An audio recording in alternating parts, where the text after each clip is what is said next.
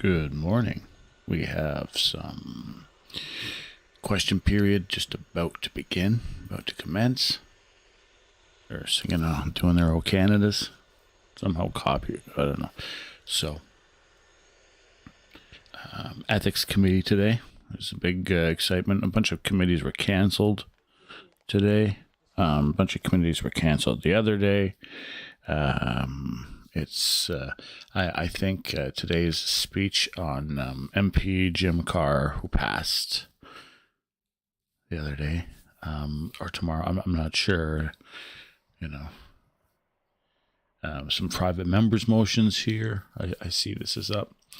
And they're doing a food day in the agricultural committee. That's in it. Someone's looking for food day. And also the security committee, Secu committee, is maybe meeting today or Thursday. I think it possibly Thursday. It's suspended. It's like in limbo right now. Good morning, Mike and Ollie. So they're singing the anthem now. Check this out. And there. Just get this ready. So not that busy of a day today.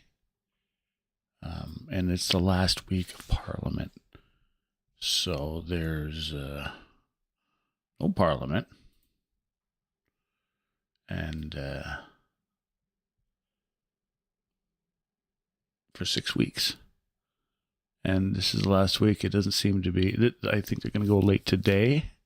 All right. They are starting statements now. I rise to give thanks today to my children and all of my extended family, to my staff, Anthony, Connor, Chris, and Sam, and all my interns, and all who have worked to support me and the residents of Halifax West. Mes remerciements.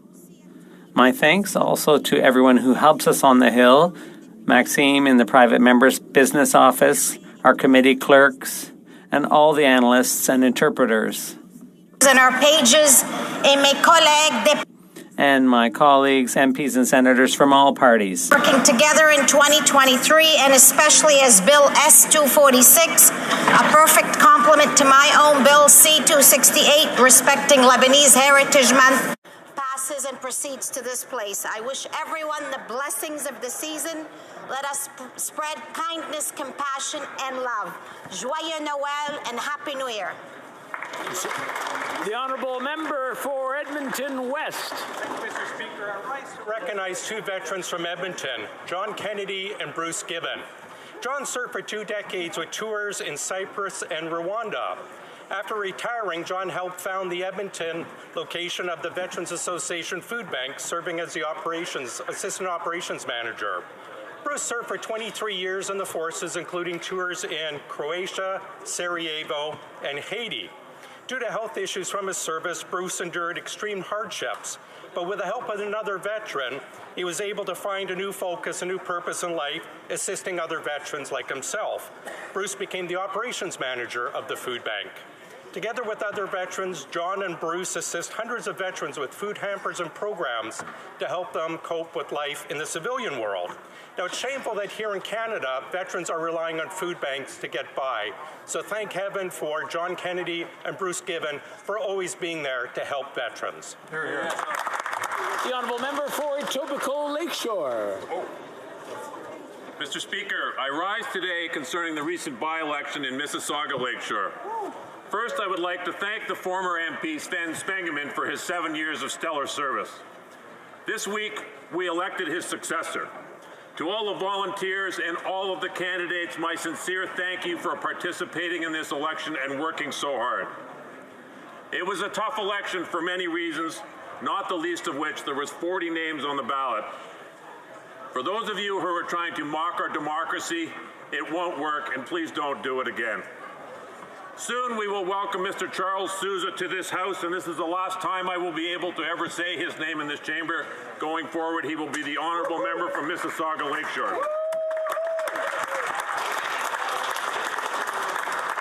Charles brings a wealth of experience to this House. He will be a great addition. We look forward to working with him, and knowing Charles the way I do, you ain't seen nothing yet. Thanks, Mr. Speaker.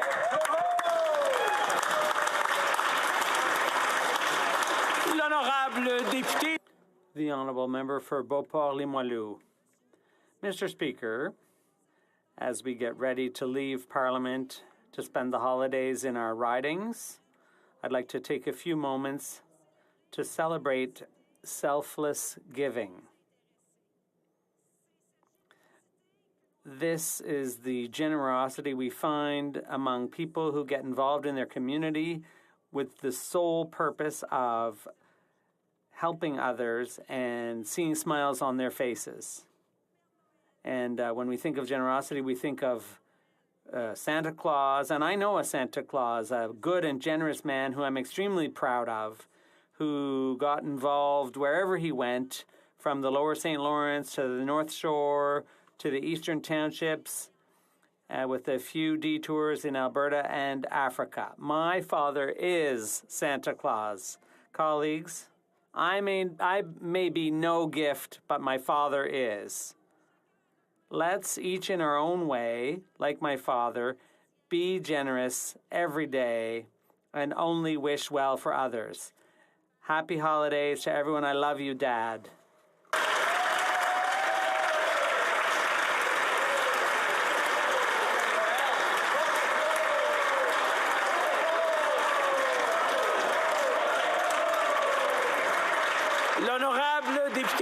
The Honourable Member for Sherbrooke. Mr. Speaker, last Saturday I had the opportunity to take part in the Sherbrooke Firefighters Toy Drive. Since 1940, they've been distributing new toys every December to more than 1,200 underprivileged kids in the region, or around 800 families. I'd like to thank our firefighters for continuing this wonderful tradition. Over this holiday season, many Sherbrooke families are going through tough times. I'd like to thank all the organizations in our community that are providing a lifeline to our families, including those that provide food. And our government will continue to support our families and these organizations. I guess you could say 2022 has been a roller coaster ride. Many this holiday season will connect with loved ones and re-energize for the new year. Happy holidays and Happy New Year 2023 to all Sherbrooke residents. May 2023 bring you health and peace. Take good care of yourselves. The Honourable Member for Dauphin, Swan River, Neepawa. Mr. Speaker, it's an honour for me to stand in Canada's Parliament and congratulate Dr. Bituk Malik on being named one of Canada's top 100 most powerful women by the Women's Executive Network. Dr. Malik specializes in diagnostic radiology at Manitoba's Dauphin Regional Health Centre and has dedicated her professional career to helping those in her community and across Canada. She has worked to advance medical imaging, helped shape the evolution of stroke and trauma assessment, and mentored many medical professionals who hope to follow in her footsteps.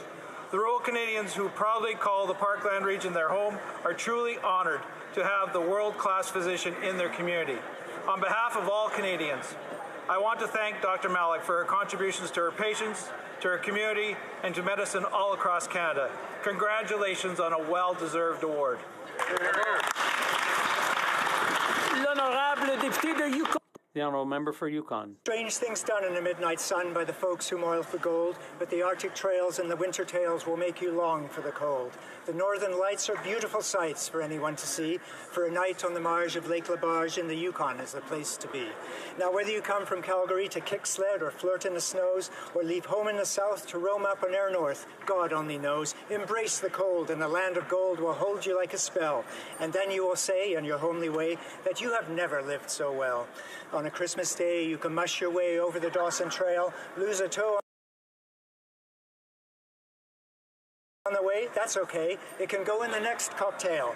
Ring in the new year in Beaver Creek, Old Crow, or Watson Lake. Wherever you go, you will surely know many sights that will memories make. There are strange things done in a winter's night by all who would be bold. On Arctic trails amid moonlit spruce, you will ski, sled, or look out for moose. The northern lights are an incredible sight for all of you to see. Now I welcome you all to the land that I love. Happy holidays all from me.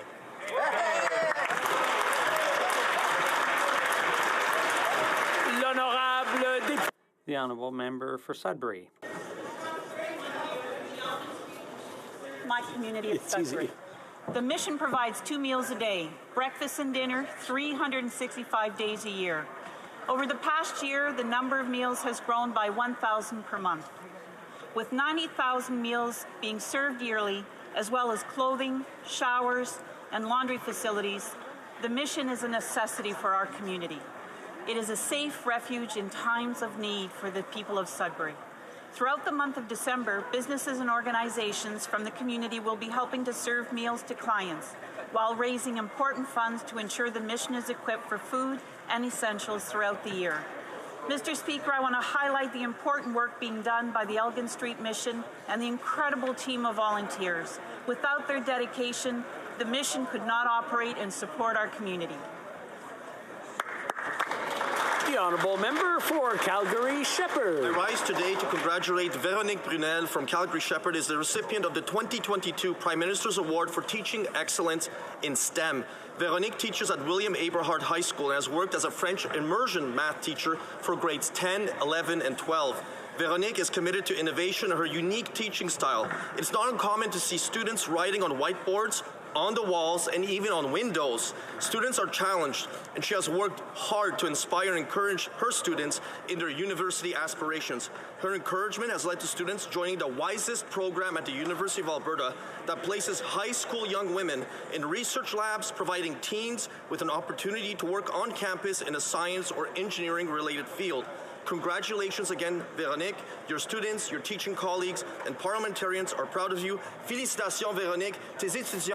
Congratulations, Véronique. Your students and your Member of Parliament are proud of you. The Honourable Member for York Centre. Mr. Speaker, this Sunday will mark the first night of Hanukkah.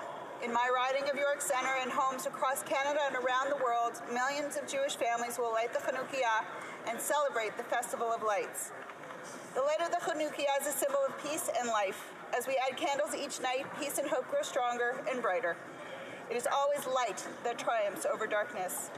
This year we have lost one of those lights as we mourn the loss of our friend and colleague, Jim Carr. He was a model of kindness, compassion, and selflessness in this House and for all Canadians.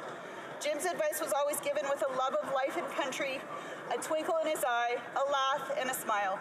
He was the eldest and wisest member of our Jewish and Jewish Muslim caucuses, and I can only hope that in the time we were privileged to share with him, a bit of that wisdom has passed on to us. His love and pride of his heritage and of the prairie and the communities that he was a part of were a source of strength for so many.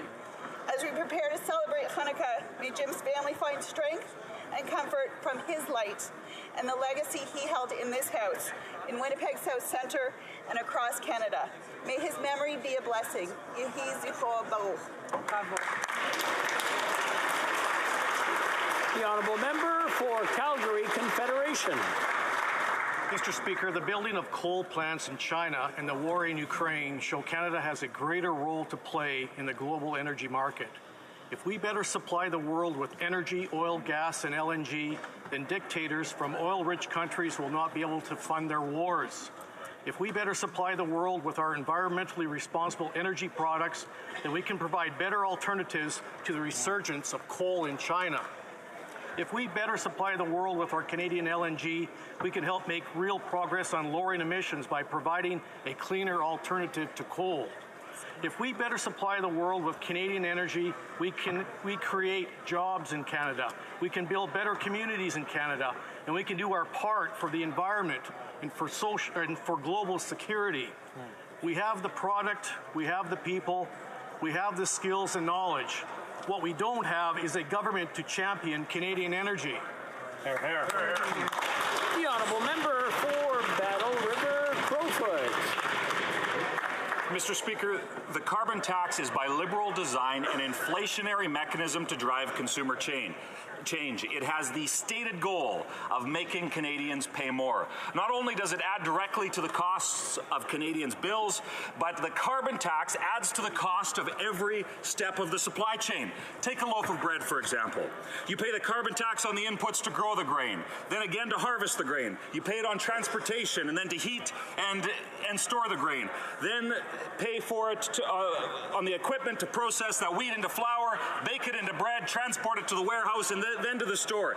Every step of the process adds costs that then Canadians have to pay for. And then it gets progressively worse as with planned tax hikes. With costs rising, record food bank usage, and the essentials becoming unaffordable. It's time that this out-of-touch Prime Minister and the left-leaning ideologues that keep him in power put their ideology aside and join with Conservatives to finally axe the carbon tax.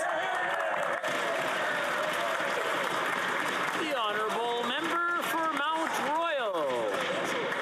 Mr. Speaker, 'tis the last sitting week before Christmas, and one thing unites the nation. We all heartily dislike the scourge of inflation. It's been quite the year. Whoever thought we would see our very own Prime Minister singing Bohemian Rhapsody? A different queen passed away, leading to great lamentation, but her death was quickly followed by Pierre's coronation. The previous leader moved on with barely a ripple, and now Conservatives can unite behind triple, triple, triple.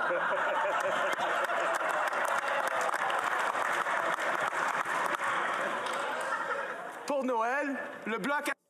The Bloc's asking Santa for only one thing. They really don't want to take an oath to the king. I joined the NDP as it wishes to change our laws, to get rid of the preemptive use of the notwithstanding clause. And as for the Greens, their leadership has created quite the fuss, because their very own Liz has lasted 1,000 times longer than Truss.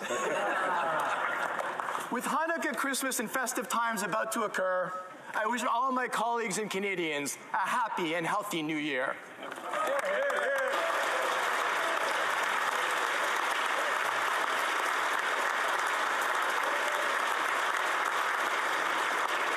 The Honourable Member for Algoma, Manitoulin, Kapuskasing.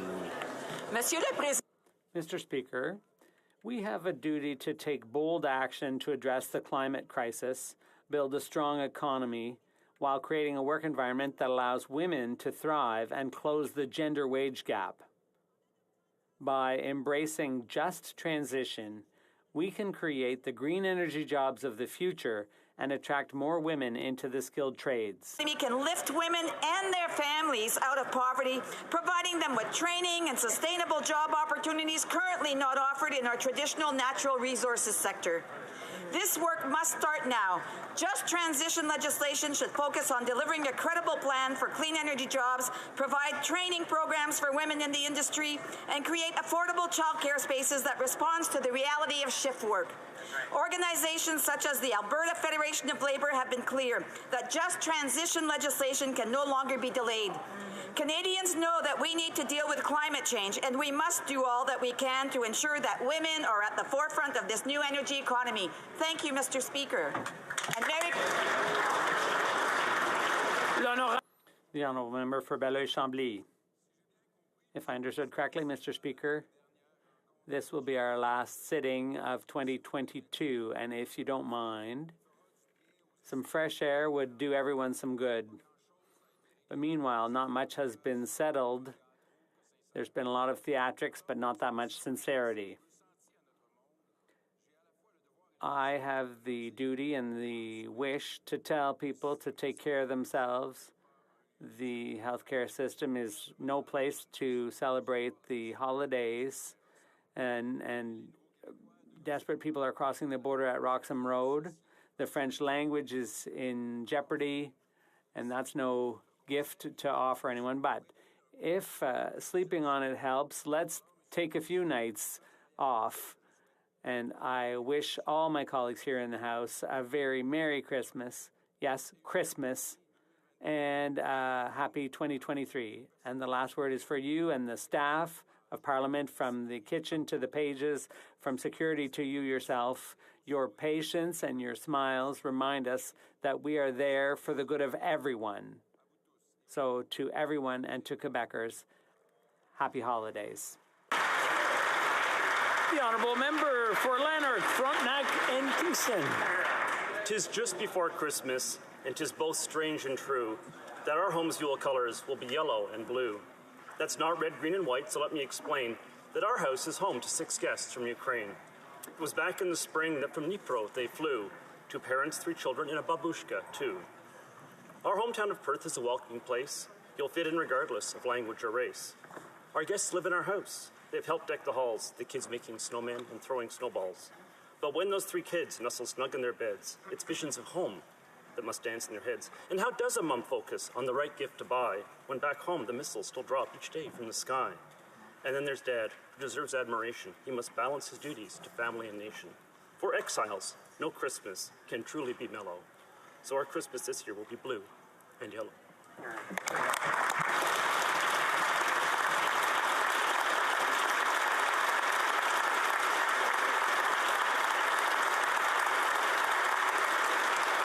The Honourable Member for Vaughan Woodbridge. As the son of immigrants, it is embedded in us to seize every opportunity to work hard, give back to our communities, and continue building a better Canada that works for everyone.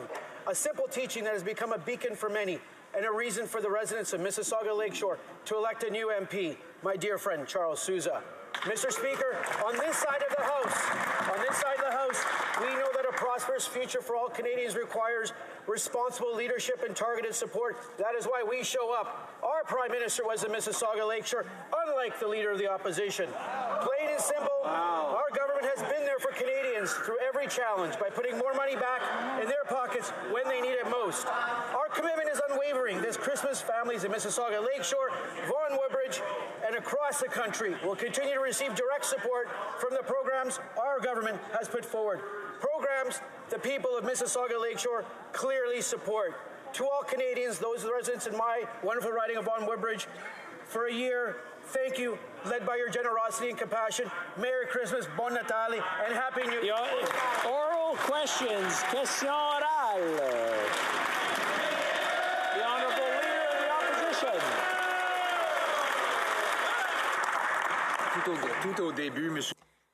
First of all, Mr. Speaker, I'd like to wish everyone happy holidays, happy Christmas. But for some, it will not be so happy, because unfortunately, the cost of a Christmas dinner has gone up by 20% since last year. A Mississauga food bank said that some are visiting the food bank not just for food, but to try to get medical assistance in dying because they cannot pay their bills. How can the Prime Minister justify that money is being wasted when people can't even eat? The Right Honourable Prime Minister. Mr. Speaker, I'd like to join in with my colleagues to wish everyone happy holidays, but we know that for many people, these holidays will be difficult. With the increase in the cost of living linked to global inflation, things are very hard. That's why we've been there to invest in families. We doubled the GST credit. We are helping to pay for kids' dental care for those who previously didn't have access. We're also offering help to low-income renters. And we are also cutting the costs of childcare in half. We will continue to be there for Canadians this year and in the future. The Honourable Leader of the Opposition. Working. We wish everyone a Merry Christmas, but it won't be merry for a lot of people. 1 in 5 Canadians are skipping meals. There's a 20% increase in the cost of a turkey dinner for the average family.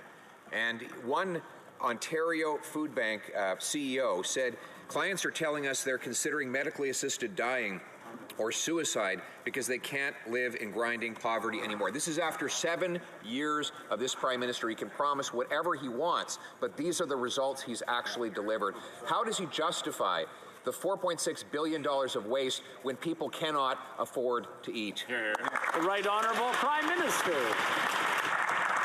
The Mr. Speaker, we know Canadians are facing difficult times, but we also know Canadians continue to step up for each other. But that's why this government has continued to move forward with direct supports for Canadians, whether it was doubling the GST credit for 6 months that gave hundreds of dollars more in the pockets of 11 million families, whether it was moving forward on rental supports and dental supports for low-income Canadians.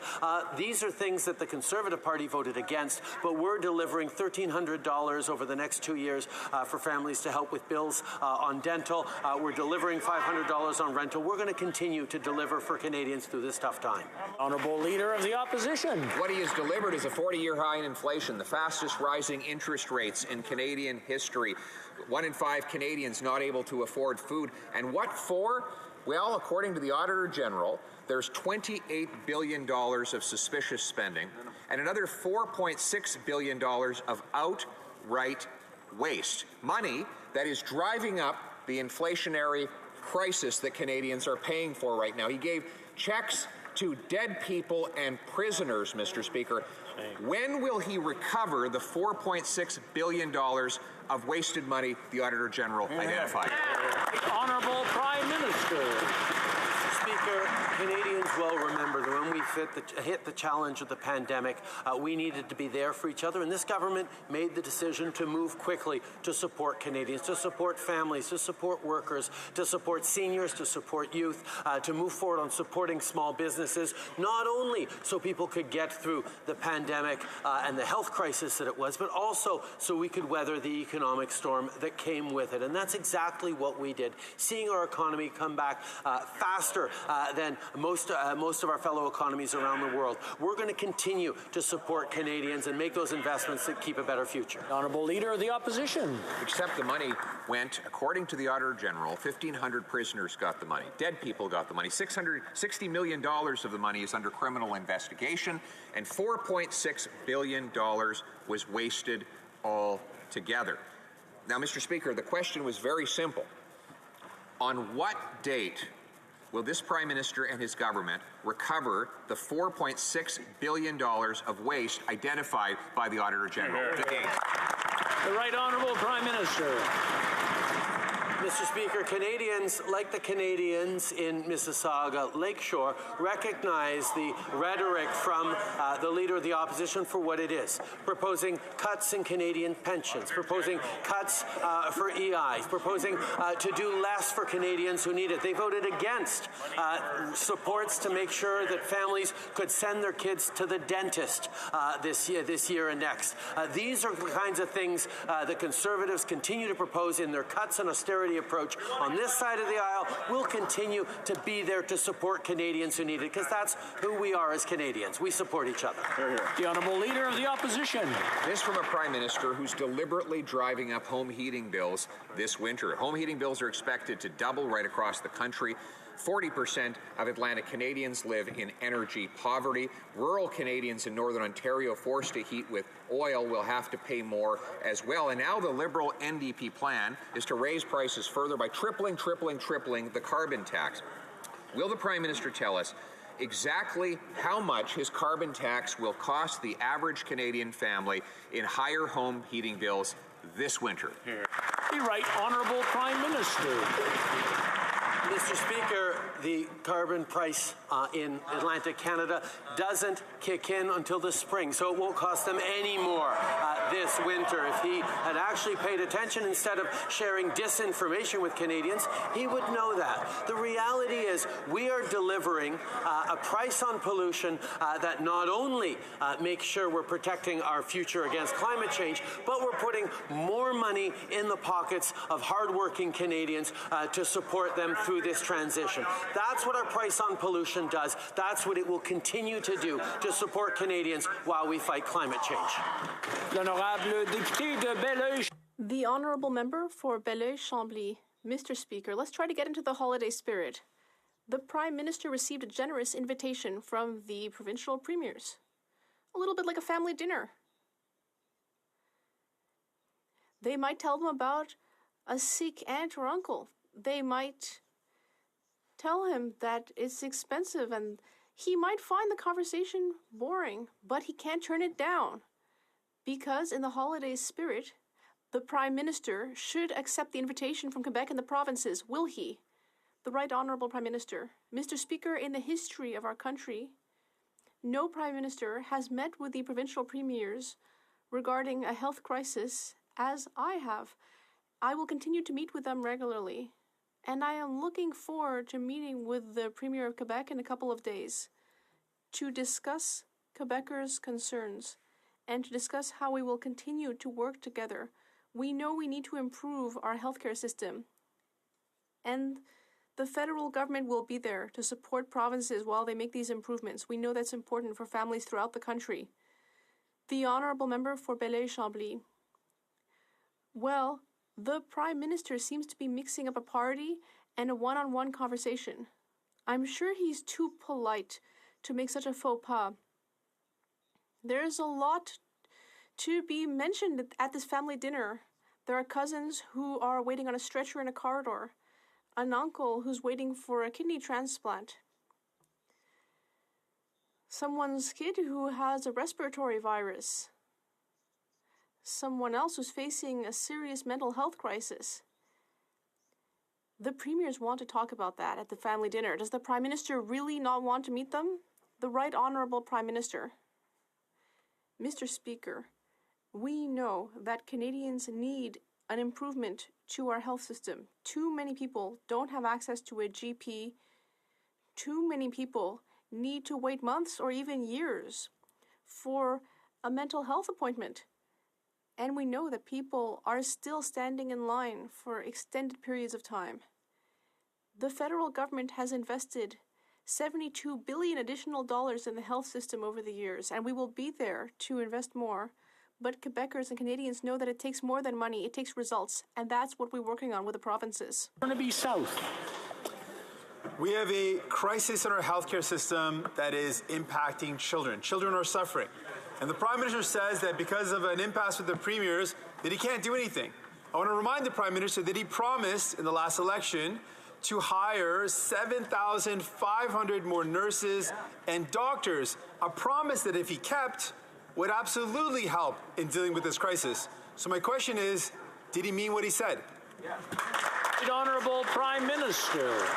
Mr. Speaker, we've all heard from across the country how Canadians need access to family doctors, how Canadians need access to better mental health services quicker, how Canadians need to see shortened wait times and an end to surgery backlogs. And that is exactly what we are committed to. We have been working with the provinces. Our health minister has been directly engaged with his counterparts over the past many months to ensure that as we invest more in healthcare across this country, we're delivering results and outcomes that Canadians can count on. That's what Canadians want. That's what we're going to be delivering.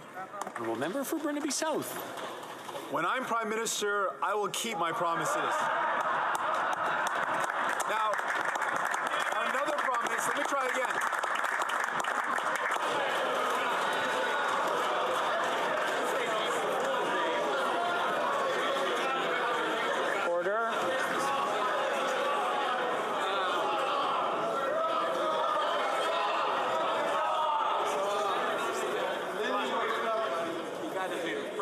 Order.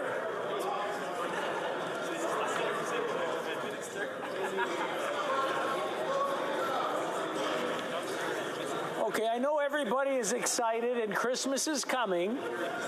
And it's what, a week and a half, 2 weeks away? My Advent calendar says 2 days, but I think there's something went wrong there. But wait a minute, just calm down. Everybody take a deep breath. The Honourable Member for Burnaby South, from the top, please. Absolutely. For the folks over here, when I'm Prime Minister, I will keep my promises. Absolutely. Now, let me try again. There's another promise that this Prime Minister made that would certainly help the crisis in our healthcare system. He promised a guaranteed... I'm sorry. I mean, I'm having a...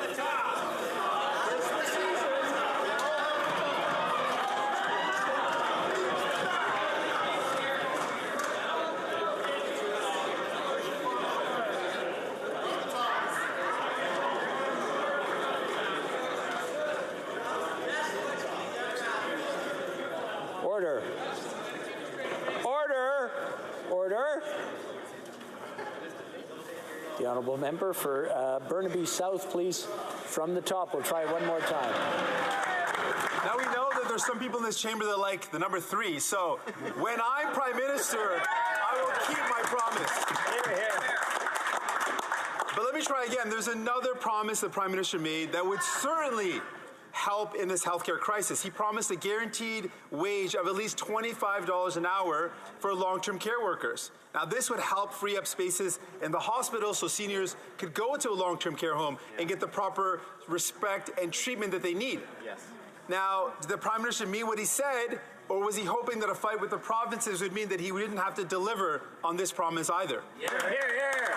Full Prime Minister. Mr. Speaker, as we demonstrated through the depths of the pandemic, the federal government is going to step up and is going to continue to step up to support Canadians, to support these essential frontline workers who, while all of us take a little time away from our work with our families, with our communities, are going to be continuing to work long hours in hospitals, in senior care homes. We're going to continue to work with the provinces in terms of making sure that wages are raised for our frontline workers. The federal government will be there to do its part. We need to make sure we're recognizing those people who are heroes day in and day out to care for our most vulnerable. Well, Leader of the Opposition. Well, the Prime Minister sent out his Public Safety Minister today. We thought to back down on his hunting rifle ban. Instead, he just gave a rambly endorsement of the same policy and announced that his rural MPs from across the country, including rural Newfoundland, support the ban on hunting rifles. And the Prime Minister has tried to deny that he's banning those rifles, even though First Nations have said so, his experts have said so, his own caucus members have said so. So will he stand in the House today and really look us in the eye and tell us that there are no hunting rifles on his banned list? Honourable Prime Minister. Mr. Speaker, we made a commitment a number of years ago to Canadians to ban assault-style weapons from this country. There's no place for guns designed to kill the largest number of people as quickly as possible in this country. And that is why we're moving forward with an amendment that ensures that assault-style weapons are banned not just in the past, not just in the present, but into the future. We're going to carefully work with hunters and farmers and caucus members and all parliamentarians from rural areas to ensure that we get that list right. But all Canadians want to see less gun violence in this country. That's what we're going to deliver. Leader of the Opposition. Only, Mr. Speaker, that's not what he's doing. He's banning firearms that in many cases are not even semi-automatic. These are firearms that have to be rechambered every single time. They're deliberately created for hunting and sustenance. The Assembly of First Nations has unanimously spoken against this ban on hunting rifles, as have numerous experts and now members of his own caucus. They all agree that his ban does not target weapons that are designed to kill people. It targets weapons that are for the legitimate Canadian tradition of hunting. So will he announce he's backing down from attacking our hunters today? The Right Honourable Prime Minister. Mr. Speaker, we've heard clear concerns from First Nations, Métis, and Inuit partners. Our intent with this legislation is to target guns designed for the battlefield, not ones commonly used for hunting. As I've mentioned, the Minister of Public Safety is taking the time to get this right, and that means consulting with partners to make sure we're not capturing weapons we shouldn't be. Now, part of that process is showing up to meet with Indigenous leaders, something the Leader of the official opposition failed to do just last week when he had an opportunity to sit down with AFN chiefs. The Honourable Leader of the Opposition. I have been meeting with First Nations leaders from across the country, and they have been unanimous in their desire to protect their millennia-old tradition of hunting. That requires, in the modern sense, the use of hunting rifles. The Prime Minister's government has tabled 300 pages of banned hunting rifles before a Canadian Parliamentary Committee. He is wasting hundreds of millions of dollars, if not billions, targeting the legitimate tools, hunting tools, of rural people and First Nations. Why doesn't he put that money into securing our borders and fighting crime instead? The Right Honourable Prime Minister. The government government that the Leader of the Opposition was part of before we took office in 2015 cut close to $1 billion from our borders and police services across the country.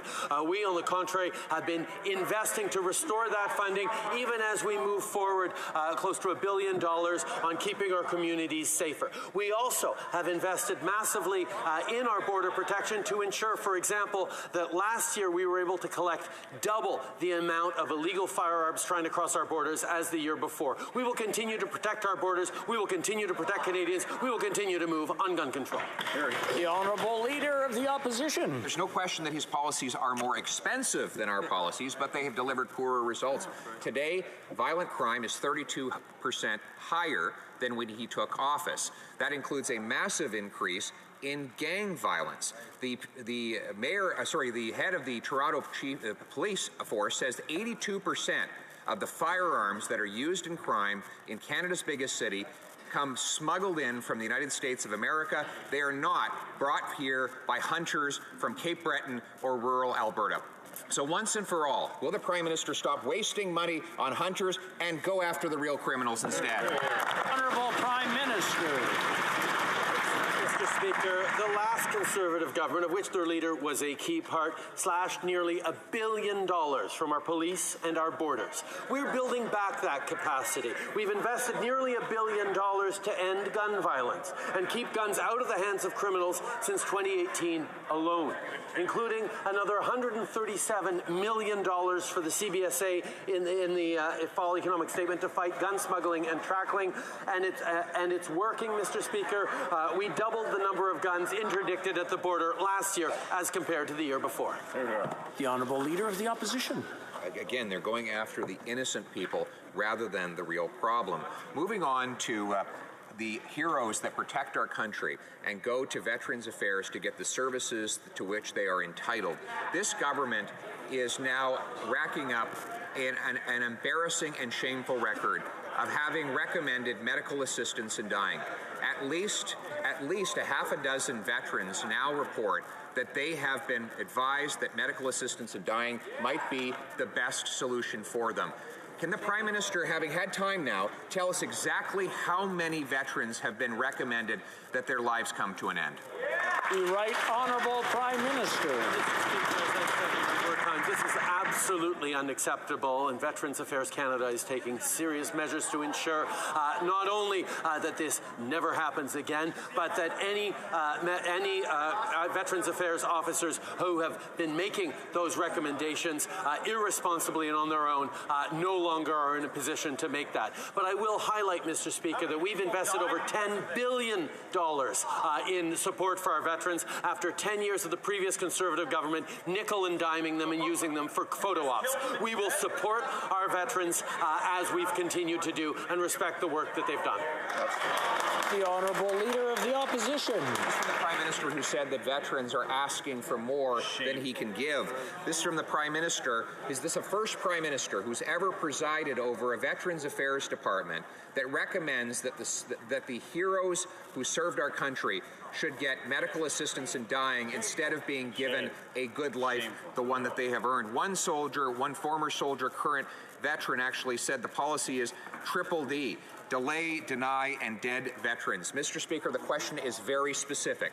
How many veterans have been given the recommendation that they should go to medical assistance in dying? The number, please. The Right Honourable Prime Minister. Number one would be too many, and that is why we condemn in the strongest terms anyone who has recommended that to our veterans. Our veterans lived a life of service and deserve the utmost quality of care from our governments. That is why we invested $10 billion after the previous government chose to shutter Veterans Affairs offices across the country and nickel and dime them every chance that they could get. We respect our veterans, which is why we're taking so seriously the reports that this unacceptable behavior happened within Veterans Affairs. Our veterans deserve the very best, and that's what we'll continue to give them. The Honourable Member for Longueuil Saint-Hubert. Mr. Speaker, yesterday the member for Westmount said about Bill C-13 and the French language, he said it would be a real mistake for us as federal MPs to give Quebec free rein to do whatever it wants about language in Quebec. Mr. Speaker, he's openly saying that we need to stop Quebec from protecting French. And indeed, the effect of C-13 is to prevent Quebec from imposing the charter of the French language in federally regulated businesses. Why is the Prime Minister protecting English in Quebec when it's French that is actually threatened? The Right Honourable Prime Minister. Mr. Speaker, we are the first federal government to recognize that we have a responsibility to protect French throughout Canada, including in Quebec. Protecting French throughout Canada is one of our responsibilities, and that is why we are bringing forward measures in C-13 that will ensure that federally regulated businesses, not only in Quebec, but throughout the country, promote the use of French. Because that's a way of ensuring that we remain a country where French is proudly spoken throughout. The Honourable Member for Longueuil-Saint-Hubert.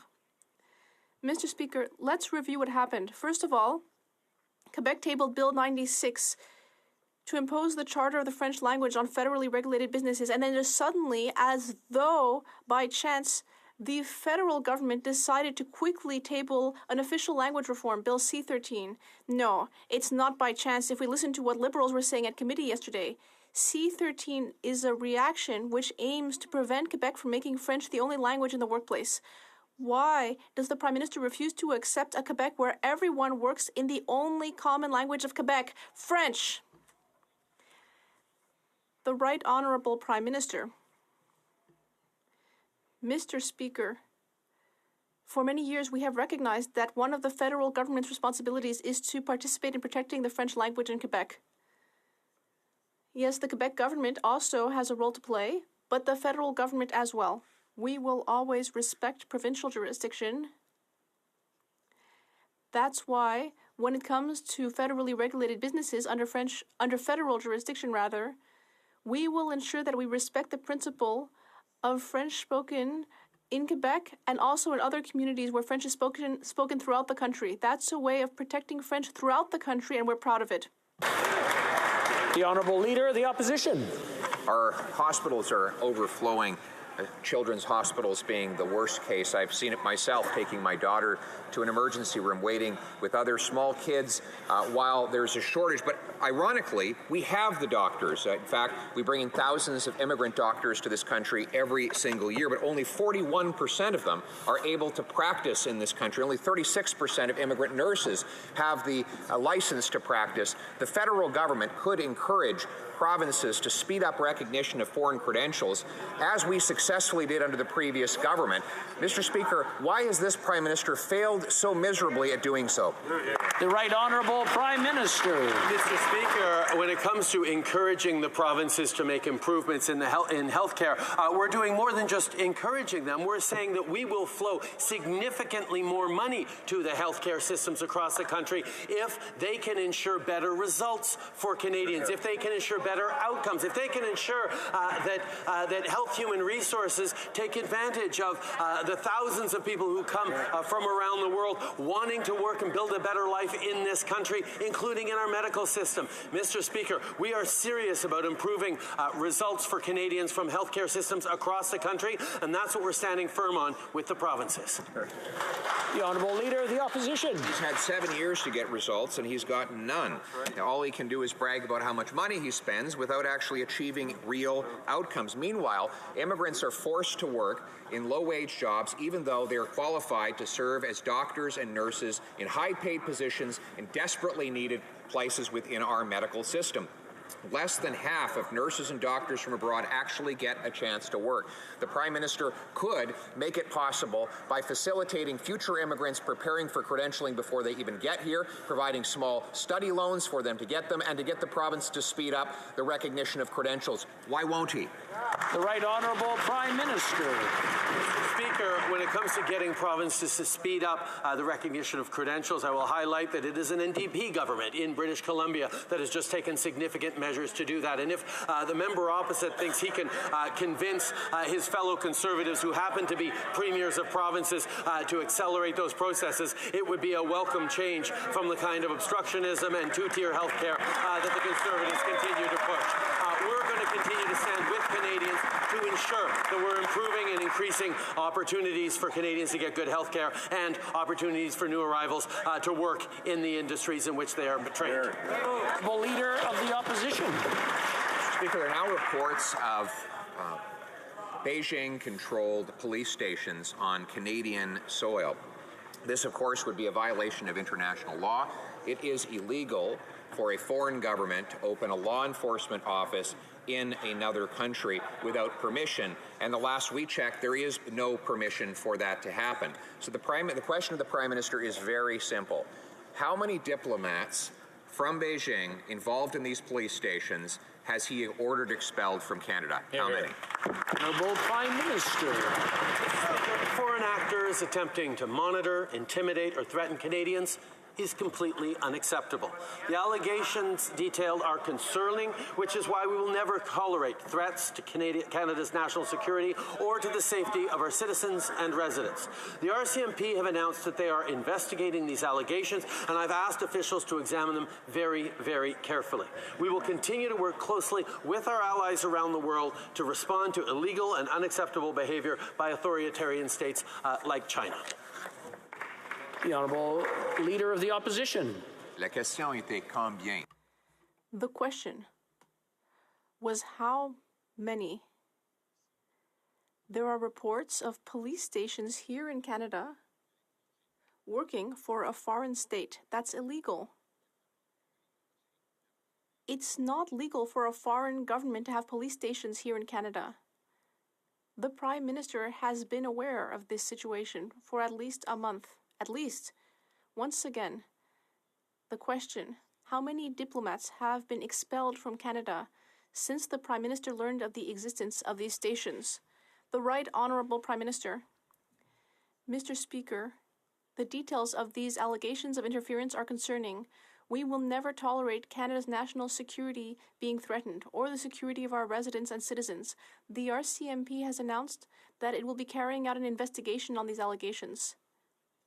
And I am asking those responsible to follow up. Chinese-Canadian community is all too often the victim of foreign interference by China, and we need to emphasize that Chinese-Canadians continue to deliver extraordinary benefits to Canadians as proud Canadian citizens, and we will continue to stand with this community that is victims of interference rather than perpetrators as. The Honourable Member for Burnaby South. We are in a healthcare crisis right now, a pediatric healthcare crisis, and the Prime Minister promised $3.2 billion to hire 7,500 new doctors and nurses. That was a promise that he could keep and which would fix the crisis. So where is that money? The Right Honourable Prime Minister.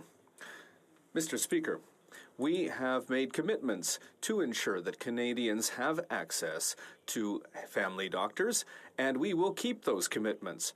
We have money to invest in healthcare systems across the country, but we need for the provinces to make commitments and for the provinces to show that they are going to deliver the results that Canadians are waiting for. It's been too long now that people have been waiting too long in emergency rooms, that they're waiting for care, that they're waiting to just get access to a family doctor. We need to see results, and that is why that we are here with the money when there will be results ready. The Honourable Member for Burnaby South. The Prime Minister is running away from his responsibilities and from his promises. Here's another promise. The Prime Minister promised $4.5 billion to establish a Canadian mental health transfer. So once again, it's a simple question. Where's the money? The Right Honourable Prime Minister. Mr. Speaker, I am very happy that my colleague from the NDP is highlighting that yes, we are ready to make these investments in the healthcare system, but Canadians know very well that we can't just write a blank check to the provinces. We need to see results. We need to see improvements in services for Canadians, for families, for people who need it. And that's why we are currently working with the health ministers from across the country to make sure that real results will be delivered for Canadian families. The Honourable Member for London West. Speaker, my constituents in London West and all Canadians have been through a lot this year. Whether it was from the pandemic to global inflation, from devastating effects of climate change to growing uncertainty on the world stage, Canadians are looking for their government for both stability and solution. So as we approach this holiday season, can the Prime Minister inform the steps that the government is taking to ensure that we have an economy that works for everyone in Canada? Thank you. Right Honourable Prime Minister. Mr. Speaker, I want to thank the member for London West for her question and her hard work on behalf of her constituents. I know that she will be pleased to welcome another strong advocate to the Ontario caucus in the newly elected Liberal member for Mississauga Lakeshore. Together, this government will continue to deliver results by putting more money back in the pockets of Canadians who need it most. People in Mississauga and across Canada reject the Conservative leader's reckless proposal to opt out of inflation with cryptocurrencies and are instead opting into the government's plan to make life more affordable, to make our communities safer and protect our environment. The Honourable Member for Hastings, Lennox and Addington. We have warned Canadians about the government's medical assistance in dying legislation. Bottom line, Mr. Speaker, literally life or death legislation deserves thorough review. Mr. Speaker, we must ensure vulnerable people are protected. It is very disappointing to see that this Liberal government is offering state-sanctioned suicide to our military heroes instead of providing them with the care that they need. This is so wrong on so many levels. Mr. Speaker, will this Prime Minister please press pause on this deeply flawed legislation? Honourable Prime Minister. Medical assistance in dying is a deeply personal and complex choice that touches people and families at an extremely difficult time in their lives. Since day one, our focus has been on creating a framework that has strong safeguards, that protects the most vulnerable, and remains compassionate. We will continue to make that our focus at every step, and we'll continue to work closely with provinces, territories, medical experts, and indeed all parliamentarians as we move forward on this process. The Honourable Member for Chilliwack Hope. Well, Mr. Speaker, the safeguards simply aren't working. In too many cases, vulnerable Canadians, including injured veterans and persons with disabilities, are being offered assisted suicide instead of the supports that they want and need from the system. The heads of psychiatry at all of Canada's 17 medical schools have called for a delay to the Liberals' deeply flawed MAID legislation that will expand eligibility to those with mental disorders in March of next year. So will the Prime Minister finally listen to the experts, finally listen to vulnerable Canadians, and press pause on this deeply flawed MAID expansion? Right Honourable Prime Minister.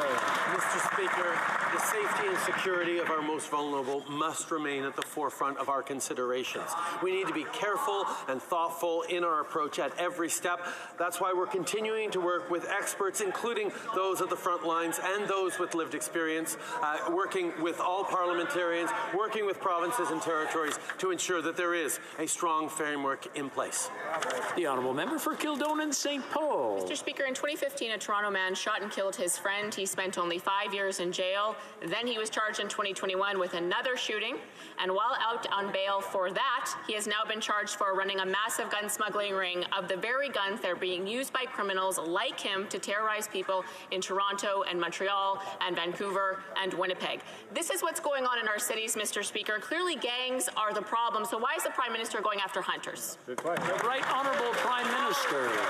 Mr. Speaker, after the previous Conservative government cut about $1 billion from law enforcement and border agencies, we've stepped up on ensuring that our enforcement agencies have the tools they need. We've also invested massively in community safety programs, in support for young people, and yes, moving forward on gun control to make sure there's a freeze on the market for handguns and that we're banning assault-style weapons. This is something we're going to continue to work on. We will continue to work with law-abiding hunters and fishers to ensure that the right guns are banned, but we make sure that we are doing the right thing for all Canadians. The Honourable Member for Charlebourg-Saint-Charles. Mr. Speaker, the Prime Minister and the leader of the Bloc Québécois are completely disconnected from the reality when it comes to keeping Quebecers safe. They, together, are targeting the people who respect laws while allowing criminals to wander freely in our communities. With the support of the Bloc, The passage of Bill C-5 this week allowed a criminal to avoid prison despite the fact that he had been arrested with 2 loaded handguns. Bill C-21, which is also supported by the Bloc, is also attacking Quebecers and hunters. Why are these leaders so disconnected? The Right Honourable Prime Minister. Mr. Speaker, what we're seeing right now and what we've seen in recent years is that step by step, the so-called anti-crime bills moved forward by the previous Conservative government have been taken out of the criminal code, have been struck down by the courts because they didn't work. Now, obviously, a law that can't hold up in court isn't going to work to protect people. And that's why we are moving forward, respecting our justice system, respecting our judges, and by making sure that we are truly protecting Canadians with laws that'll hold up. The Honourable Member for Lac-Saint-Jean. Mr. Speaker, Roxham Road is breaking records. By the end of the year, 40,000 asylum seekers will have probably gone through. That's why Quebec's Minister of Immigration, Christine Fléchette, is asking the federal government to pay to support asylum seekers while they are learning French. It's a good idea. It's as compassionate as it is productive, and it will help support them during the months where they're waiting for a work permit from Ottawa. Since the Prime Minister is responsible for Roxham Road, will he pay to help asylum seekers learn French while they're waiting to be able to work? The Right Honourable Prime Minister. Mr. Speaker, since the beginning of this situation, we have been there to invest and to work in partnership to help Quebec continue to be generous, as Quebecers have always been, and to help welcome asylum seekers. We recognize that this is a heavy burden for the government of Quebec, so we are there to support them. When it comes to learning French, I want to note that we're sending over $700 million a year to the government of Quebec for French language programs, and we will continue to be there to make sure that in Quebec we continue to protect the French language. The Honourable Member for Lac-Saint-Jean.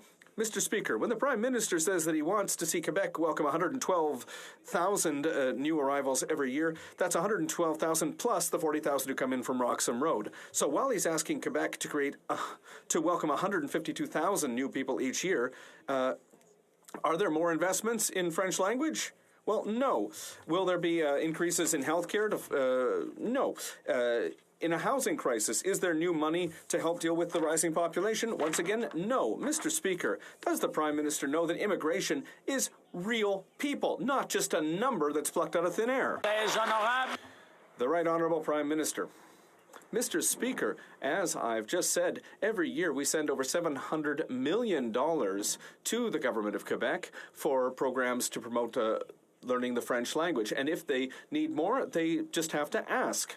Because we believe in protecting the French language, we believe in French language learning for new immigrants, and we want to help. Mr. Speaker, what I've said and what I'll continue to say is that Quebec can set its own levels of immigration. If they want more immigrants, they can certainly welcome more, and we will be there to work with them to make sure that we meet the labor shortage. Grenville, Thousand Islands, and Rideau Lakes. Another day, another Liberal minister found guilty of breaking ethics laws. This time it's the International Trade Minister who, through a shady deal, gave tens of thousands of dollars to her BFF, CBC pundit Amanda Alvaro. The history with this pair goes back to when they worked for the corrupt Ontario McGuinty Liberals. Now, old habits might die hard for these two, but Canadians deserve better. Is the reason that this Prime Minister won't fire his minister because he'd be holding her to a higher standard than he holds himself? The Right Honourable Prime Minister. Obviously, we respect the work of the Commissioner and the work that the office does. The Minister has taken full responsibility and apologized. For Leeds, Grenville, Thousand Islands, and Rideau Lakes. Full responsibility isn't a forced apology and crocodile tears. It is a resignation, and that's what Canadians expect from members of the King's Privy Council. It was fine for Art Eggleton when he gave tens of thousands of dollars to an old girlfriend. He knew that he had to resign. What we don't know is why there's a different set of rules for this Prime Minister and for this minister. So will this Prime Minister finally do the right thing, show Canadians that there are actions that they need to be held accountable for, and fire this minister today? The Right Honourable Prime Minister. Speaker, the Minister has taken taken full responsibility and apologize. The Honourable Member for Chicoutimi-Le-Fjord. Well, Mr. Speaker, the Liberals are never short of scandals, are they? The We Charity and the SNC-Lavalin scandal, among others, obviously. The most recent ethics violation is from the Minister of International Trade, who gave 2 contracts to her very close friend, Amanda Alvaro. Apologies are not enough when we know that Canadians are suffering from inflation, and the Liberals, at the same time, are making their friends richer on the backs of taxpayers. So it's pretty simple. The minister must resign. Will she resign herself, or is the Prime Minister going to have to make sure she resigns?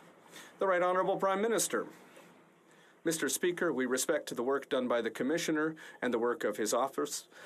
The Minister has taken full responsibility and apologized. The Honourable Member for Madawaska-Restigouche. Mr. Speaker, since the launch of our detailed emissions reduction plan for 2030 with COP27 in Egypt and the organization of COP15 in Montreal, our government continues to work hard when it comes to fighting climate change. Can the Prime Minister please inform this House of the progress that Canada is making in fighting climate change? The Right Honourable Prime Minister. Thank you, Mr. Speaker. I'd like to thank my honourable colleague from Madawaska-Restigouche for his question and for his hard work in his writing. We're taking concrete measures to deal with the double crisis of the loss of biodiversity and climate change. This year, we launched the first national adaptation strategy for Canada.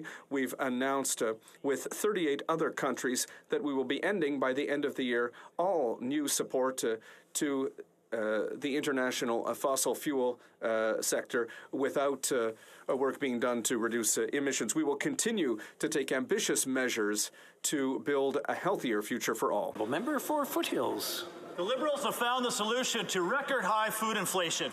Wipe the stats away from existence. We have record-high inflation, 40-year high. Food prices are up 11%, and more than half of Canadian families are worried about their ability to put food on the table. The Liberal solution? Erase more than 25 years of historical food inflation data from the StatsCan website. So for a Liberal government that pretends to make decisions based on science and data, the Liberal government has erased 25 years of vital inflation information from the website. Why? Right Honourable Prime Minister. Mr. Speaker, we will take no lessons on data from the former Conservative government that tried to cancel the long-form census because they didn't want decisions to be based on facts and data. Mr. Speaker, we will follow up. These are troubling allegations. We will ensure that data remains accessible to Canadians every step of the way.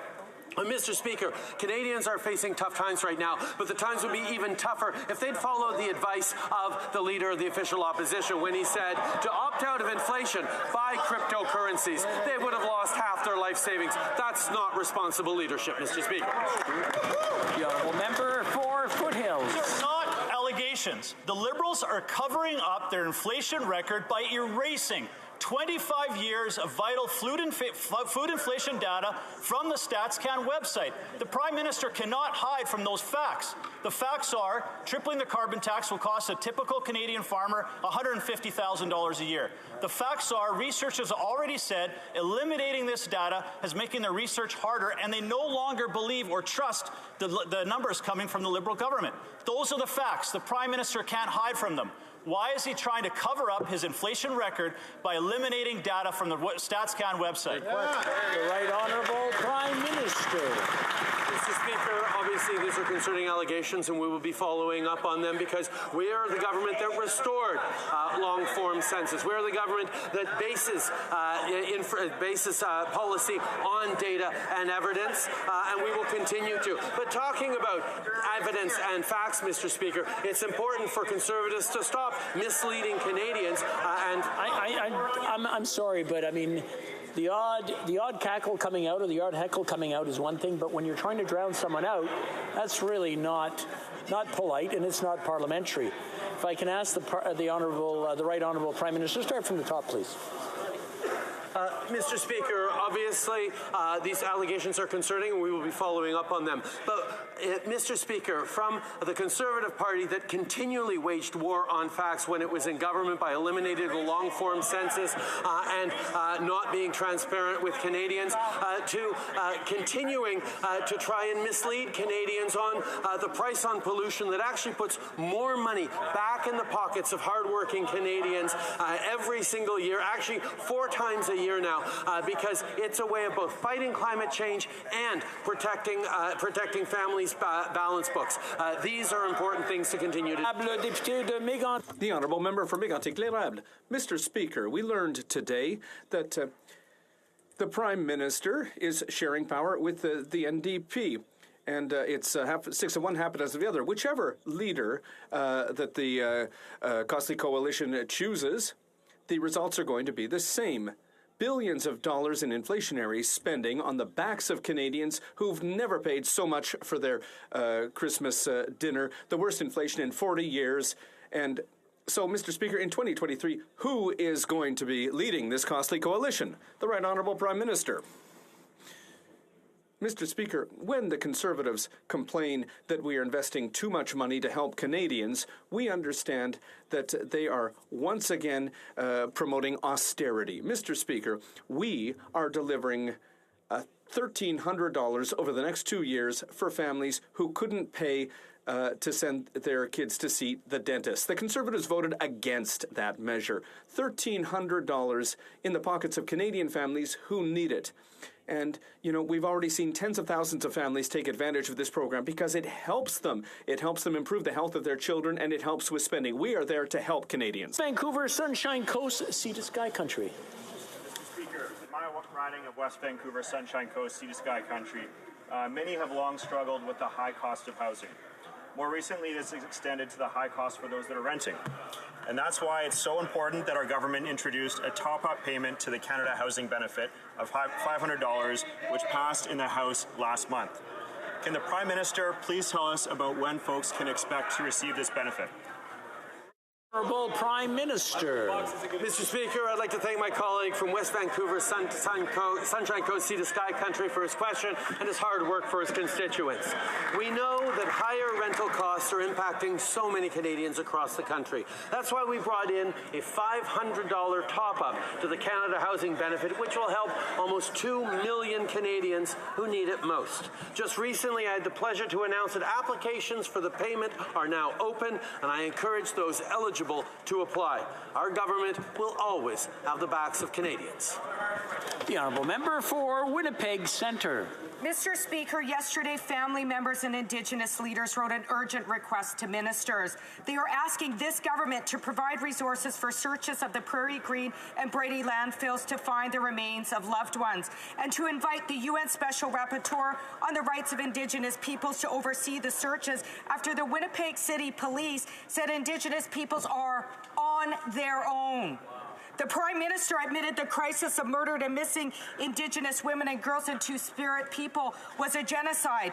Will he respond to these demands and make federal resources available now? Honourable Prime Minister. Mr. Speaker, Canadians' hearts are breaking for the terrible news coming out of Winnipeg on more missing and murdered Indigenous women. This is absolutely unacceptable. We have received the letters from the families. We see the level of pain, and the federal government will look to do whatever we can to support the province, the city, and whoever needs support in terms of giving closure and justice for these families. The Honourable Member for Kitchener Centre. Mr. Speaker, in the last election, the Liberals promised a new $4.5 billion mental health transfer to the provinces. To date, they haven't funded a single cent of it. Mental health advocates across the country are calling for these funds. In my community alone, almost 4,000 people are waiting for mental health and addictions care right now. Will the PM follow through on his election promise and fund the mental health transfer in Budget 2023? The Right Honourable Prime Minister. Mr. Speaker, we made the commitment to funding mental health supports across the country because we saw and heard clearly from Canadians that more needs to be done, that they need to have better access to mental health supports, whether they're students, whether they're seniors, whether they're working Canadians, whether it's farmers who are facing real challenges.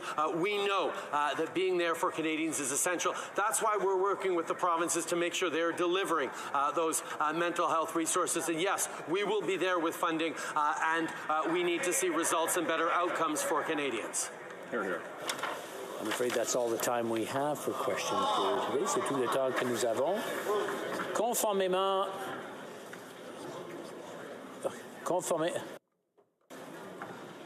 Okay, the Honourable Government House Leader is rising on a point of order. Mr. Speaker, there have been discussions among the parties, and I believe if you seek it, you will find unanimous consent to adopt the following motion. That notwithstanding any standing order, special order, or usual practice of the House, following the completion of today's routine proceedings, a member from each recognized party and a member from the Green Party may make a brief statement regarding the end of the sitting, and B, Mr. Speaker, after the statements, the House shall stand adjourned until Monday, January 30th, 2023, provided that for the purpose of any standing order, it shall be deemed to have been adjourned pursuant to Standing Order 28 and be deemed to have sat on Thursday, December 15th and Friday, December 16th, 2022. Thank you, Mr. Speaker. All those opposed to the Honourable Member moving the motion will please say nay. Agreed? The House has heard the terms of the motion. All those opposed to the motion will please say nay. Carried.